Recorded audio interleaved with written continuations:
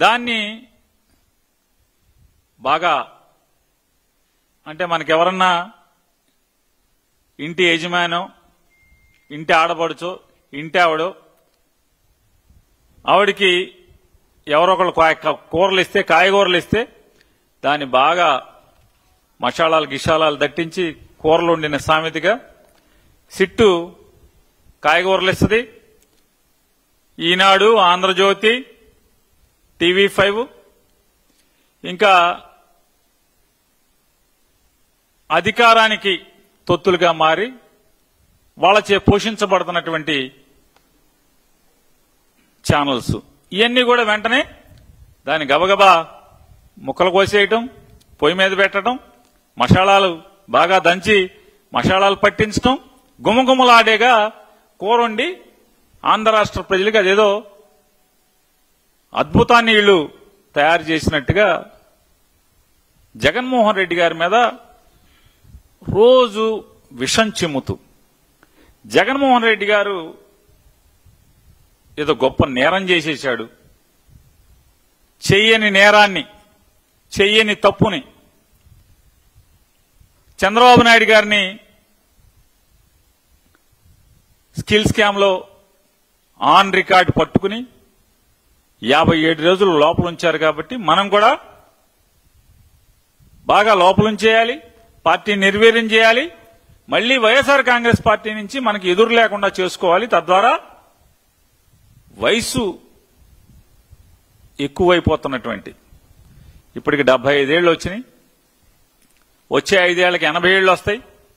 కొడుక్కి జగన్మోహన్ రెడ్డి గారి చేత అడ్డంకి లేకుండా మిగతా వాళ్ళకైతే ఏదో ప్యాకేజీ మాట్లాడుకోవచ్చు, కానీ జగన్తో అది కుదరదు. కాబట్టి ఏదో రకంగా అడ్డంకి లేకుండా జైల్లో పెట్టి తద్వారా పార్టీని లెగలేకుండా చేయాలనేటువంటి వీళ్ళందరి సామూహిక కుట్రలో భాగమే రోజు వీళ్ళు వండి వార్చేటువంటి వార్తలు.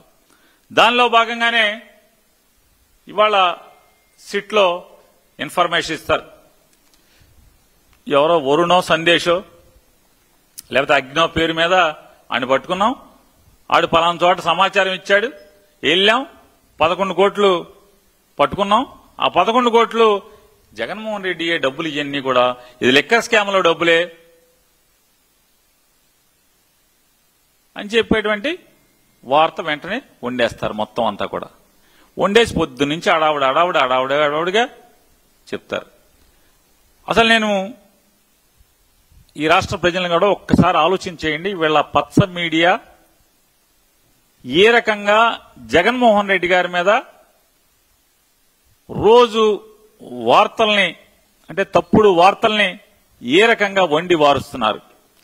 మషాలాలు దట్టించి చంద్రబాబు ఇచ్చిన సమాచారానికి మషాలాలు దట్టించి ఏ రకంగా ప్రజల్లో జగన్మోహన్ రెడ్డి గారి పట్ల ఉన్న ప్రేమని ఎలా తగ్గించాలి, లేదా చంద్రబాబు నాయుడు గారికి కూటమి ప్రభుత్వం మీద ఉన్నటువంటి పెరుగుతున్నటువంటి ఏహ్యభావాన్ని లేదా కోపాన్ని దానికన్నా జగన్మోహన్ రెడ్డి గారి మీద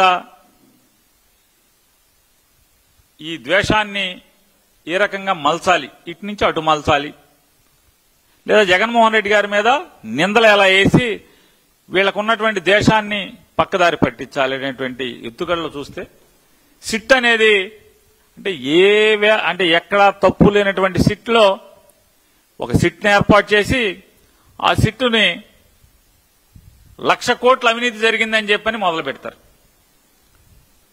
జగన్మోహన్ రెడ్డి గారి ప్రభుత్వంలో 2014 నుంచి 19 దాకా లిక్కర్ స్కామ్ అని, లిక్కర్ స్కామ్ లో 1,00,000 కోట్ల అవినీతి జరిగిందని చెప్పని ఇష్టారాజ్యంగా మాట్లాడతారు. దాంట్లో ఆన్లైన్ పేమెంట్లు జరగలేదు,